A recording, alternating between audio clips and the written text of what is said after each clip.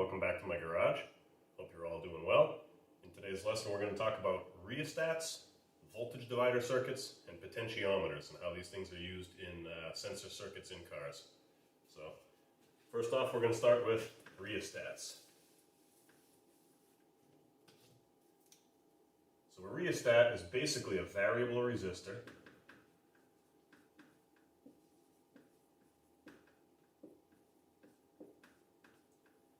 As you remember, the symbol for a resistor kind of looks like this. If we draw an arrow through it diagonally, that's what tells us it's a rheostat or a variable resistor. That arrow indicates that it can change or it can vary.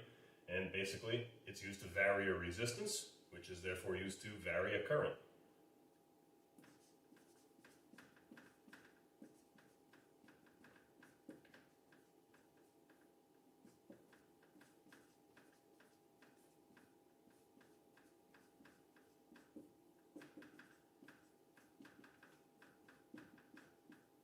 So you might think, why would you want to vary current in a circuit? Well, there's a few reasons for that. In a non-sensor role, elsewhere in the car, we use rheostats inside to change the intensity of your dashboard lights. We can dim the dashboard lights down a little bit at night, or we can brighten them up. That's done with a rheostat, at least on most older cars and some newer ones. You get your fancy Fords now where you can change the dashboard lights to different colors because they're using LEDs. That's not a rheostat, but we can talk about that maybe in a different lesson. At any rate, it's a variable resistor. It's used to change current flow in a circuit, which could be done for really basic purposes like speeding up or slowing down a fan motor or brightening or dimming lights. In the engine or in an engine management system, this would be used as a sensor to detect some sort of change in state. So the type of changes this thing would be detecting usually be temperature.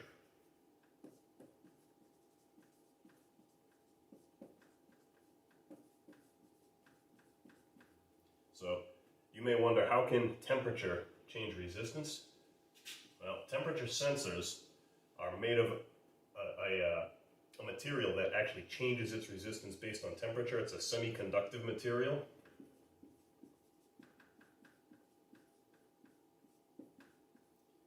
Usually, as the temperature goes up, that causes the resistance to go down.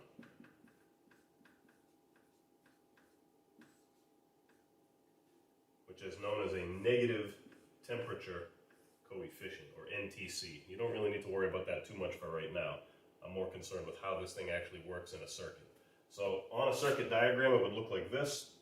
Looks like a resistor with an arrow through it. It's got two connections, so two wires right there. And we use them as temperature sensors, and we use them as dashboard brightness controllers. So the circuit, the temperature sensor circuit, would look something like this. My computer would be here. That's my PCM. There would be 5 volts applied to a resistor. That wire would then leave the PCM. It would go out under the hood somewhere, and it would go to a rheostat, or a variable resistor, which would then go to ground. I'm just going to make sure we're getting this in the frame. Yep, we are. Excellent. Okay. So again, 2 wires.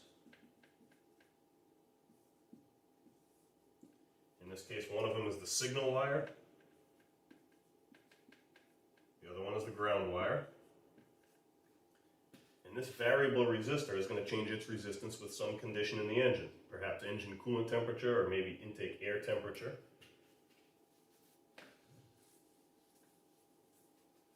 So, engine coolant temp.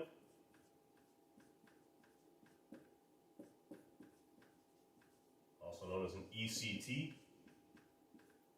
or an intake air temp.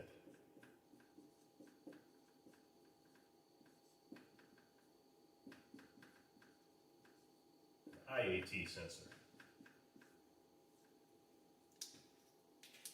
So instance, this little sensor right here is an intake air temp sensor. I'm going to do a little bench experiment down here in just a moment after I reposition the camera, and you're going to see how this thing actually functions.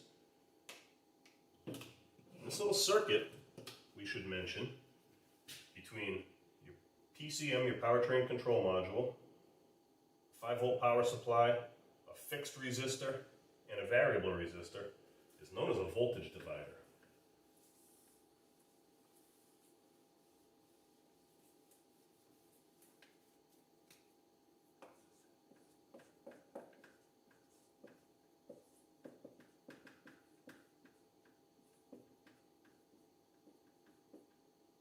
Voltage divider circuit.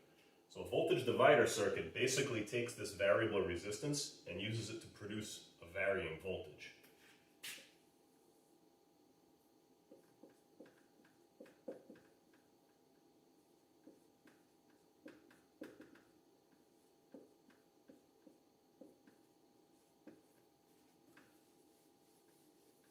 So we're going to create a varying voltage signal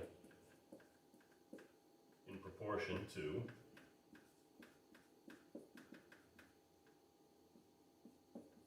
a varying resistance.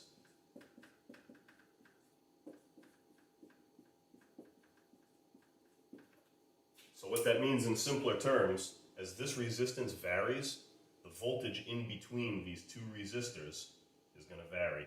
So these two resistors in series divide the voltage between them.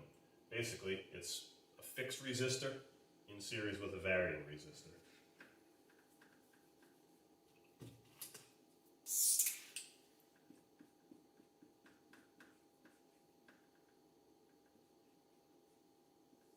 Fixed resistance right there, and varying resistance right here.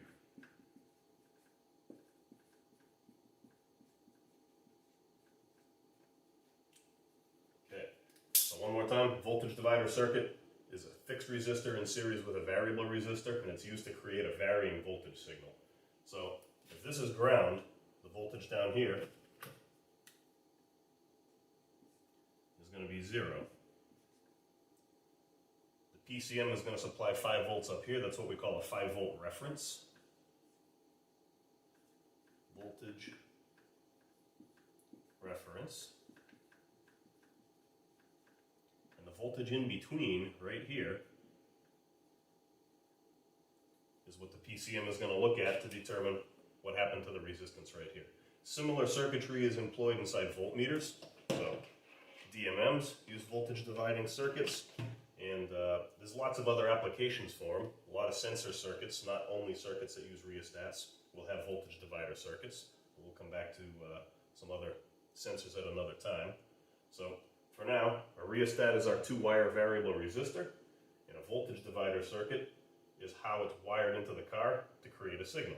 The signal in between these two resistors, the voltage here, is going to be basically how the voltage is divided up between those two resistors.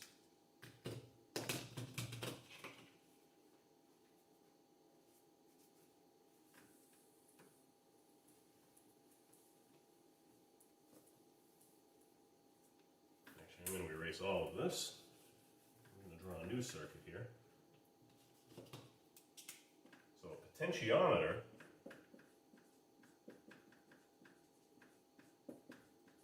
is kind of similar to a rheostat in some ways, and it's kind of similar to a voltage divider circuit in some ways. Basically, a potentiometer is a 3-wire variable resistor.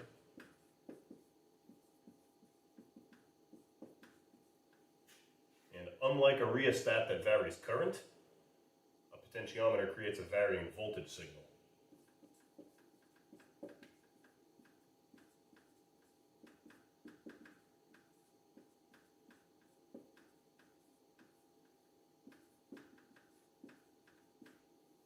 Potentiometer is going to have a slightly different symbol.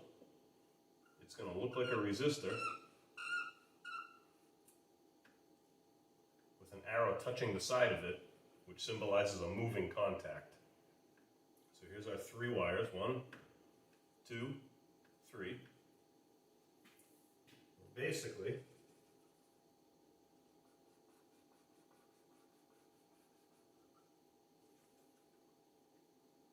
end is going to be connected to a higher voltage source. So this one's basically going to be a power wire. The other end is going to be connected to a lower voltage source or a ground.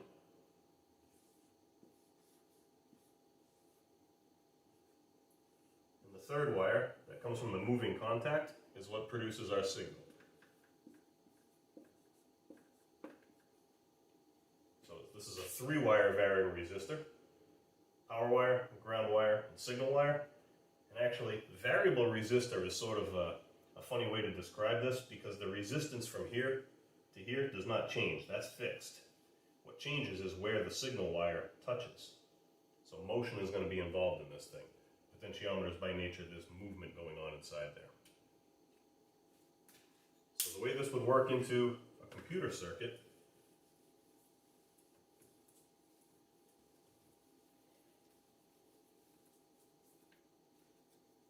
would be something like this. Here would be my PCM.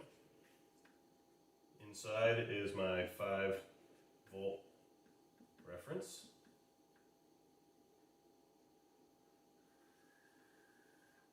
That's going to come out here. There's going to be our ground down there.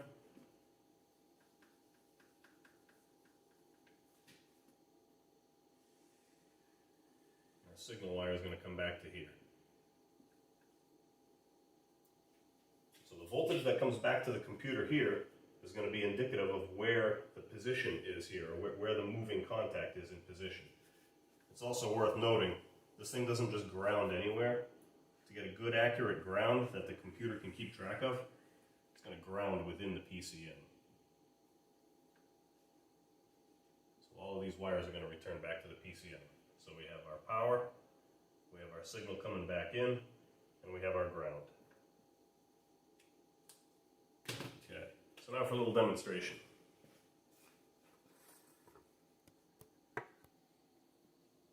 Okay, so you can see here on my workbench, got my multimeter. I've got a graphing multimeter, basically a precursor to an oscilloscope, which we'll talk about. Got some training aids, and my power supply set up here.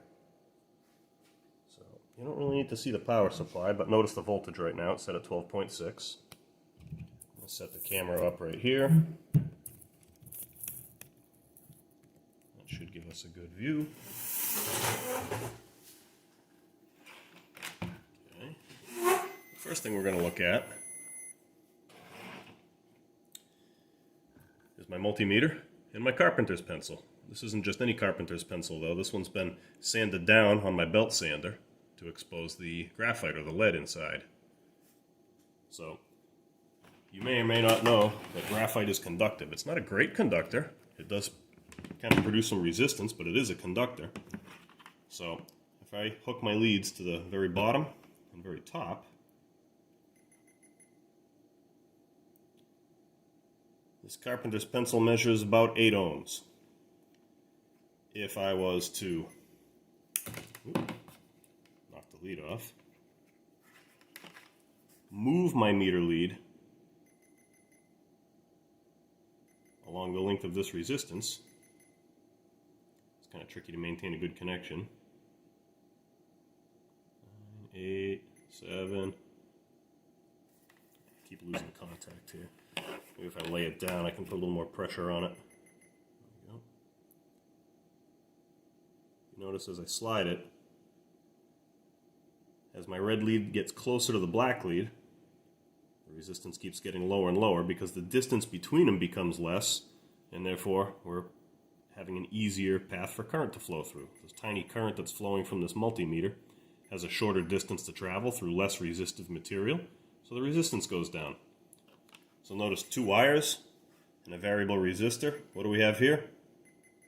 If you said rheostat, you'd be correct.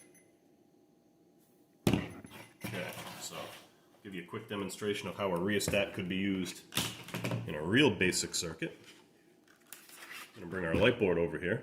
You guys remember these from class. So if I take the wires from my light board and hook them directly up to the power source, that's That's how bright it gets with 12.6 volts applied straight to it. And according to the meter on the power supply, that's 1.6 amps. So what we're going to do now is hook the power up to my pencil. And we're going to use this as a rheostat in order to vary the current. So if I put the connection right up close here, you notice it's a little bit dimmer. I'm flowing through a little bit of pencil lead there, maybe a 1/4 inch. According to my ammeter, we're at 1.3 amps, so not quite as, see if I come right up here, and not quite as much current as if I actually touch the connection directly. If I go down there, a little bit less, and as I slide further and further away, hopefully you can still see that light there. As I slide further and further away, the resistance becomes greater, so the current becomes less. I'm down to 1.1 amp. I'm down to 1.0. A little bit lower still. About 0.9. About 0.8. And I think about as low as this thing is going to go is 0.8. Alright, if I bring it back up. 1.1. 1.2. 1.3, oops, 1.4, and 1.6 if I make the direct connection. So that's a really basic rheostat.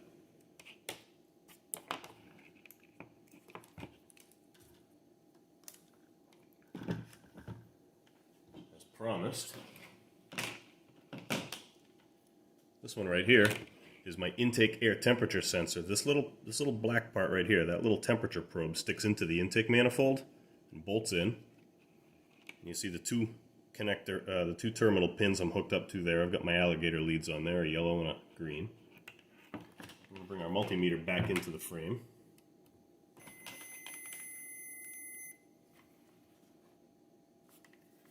Leads apart, open circuit. It says OFL. Some of the newer meters just say OL instead. This time I'm going to hook my meter leads directly up to that intake air temp sensor.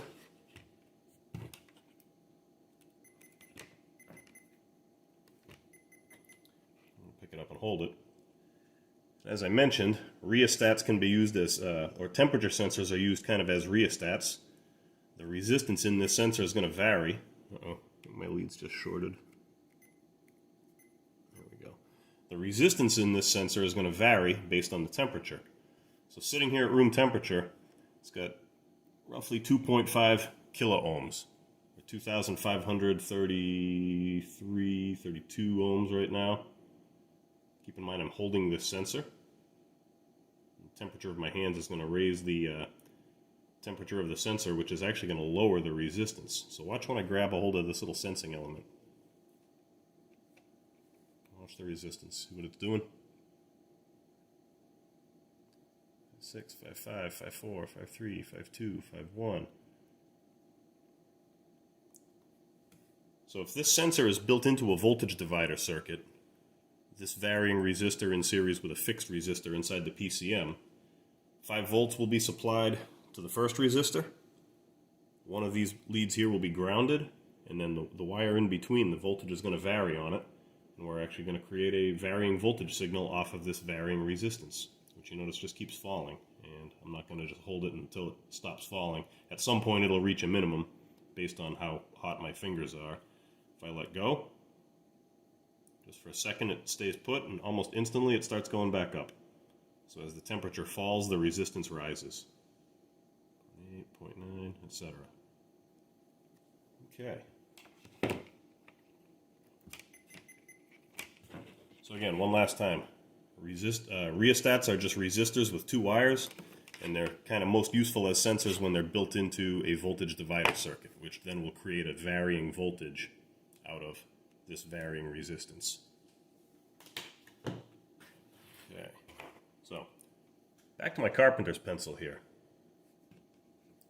Before we measured the resistance right across it, and we only used it with 2 wires.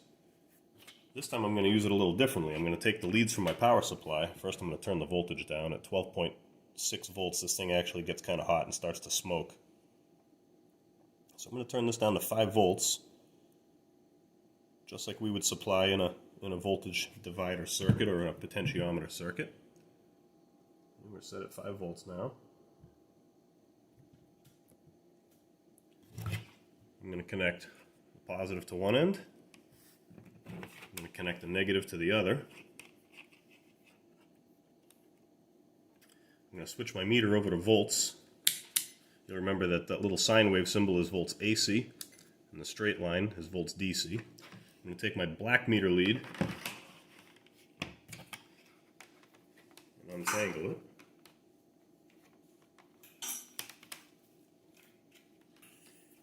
I'm going to run it around the back of the meter here. I'm going to hook it up to the negative side of the power supply. So I just clip that on right there, negative side of the power supply.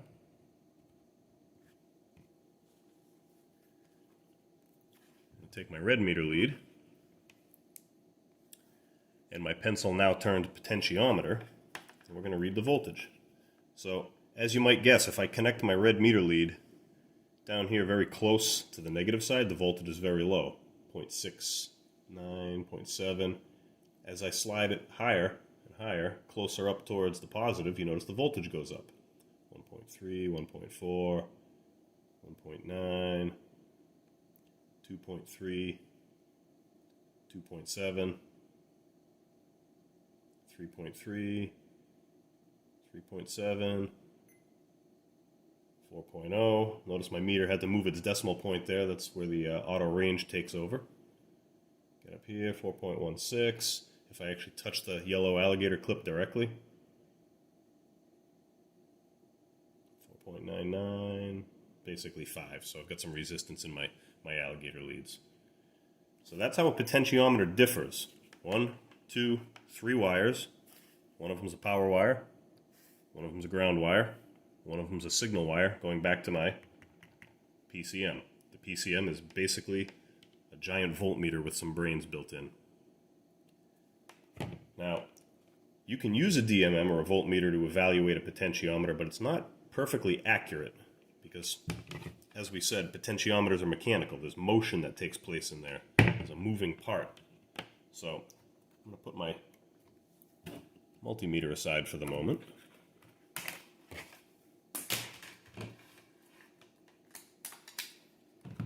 I'm going to switch over to my graphing multimeter. So this here is sort of an older automotive variant of an oscilloscope. An oscilloscope is a very high-speed graphing meter that will actually give a visual representation of voltage over time. This will do the same thing, only it's not quite as fast and not quite as accurate as a true oscilloscope. So,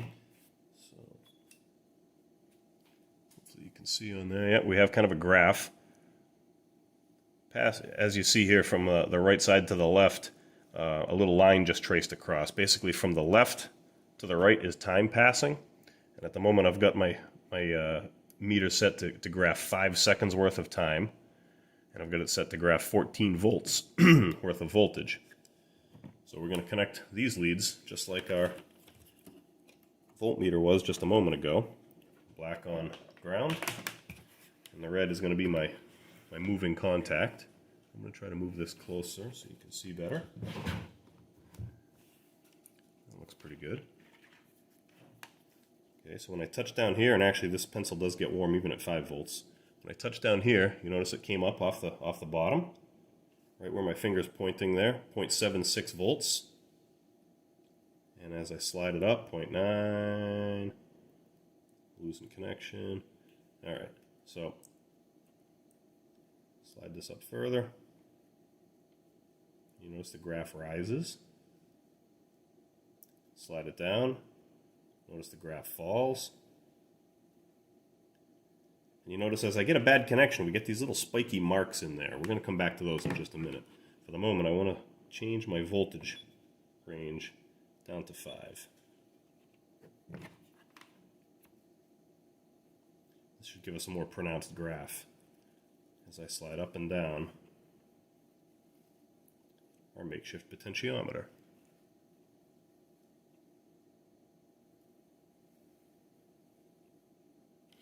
Again, notice that little spike, that little dropout right there. That's important. Okay, that little spike is caused by me losing contact. I'm not making a very good connection here with my alligator lead on our makeshift potentiometer. Basically, this is what goes on inside all kinds of potentiometers. And one of the most common uses for a potentiometer is a TPS, or a throttle position sensor. So we attach a potentiometer to the shaft in your throttle body, and then as the throttle plate moves, open, back to closed, and everywhere in between, the potentiometer sees that position and makes a voltage proportional to it. And when that happens, when those little dropouts happen, because your throttle position sensor is worn out, you're probably going to set a trouble code, but if you don't, you're going to end up with a funny little drivability problem. You're going to end up with what they call a trailer hitch sensation, where the car kind of bucks a little bit. I'm going to try to make this fast because somewhere around the 25-minute mark, my camera likes to tell me it's had enough. So this here is a Ford throttle position sensor off of an older Ford. It's a potentiometer. Notice 3 wires right there. We're going to hook these up instead of our pencil and hope that our video doesn't run out of time. Okay, black is our ground. Orange is our power wire. Green is our signal wire. You see we're getting a little line here, getting a little graph. 0.76 volts. This screwdriver here is going to simulate our throttle shaft, and as I turn the throttle open, we ramp up. As I let it close, we ramp down. So if I continue to rotate this open and close, you can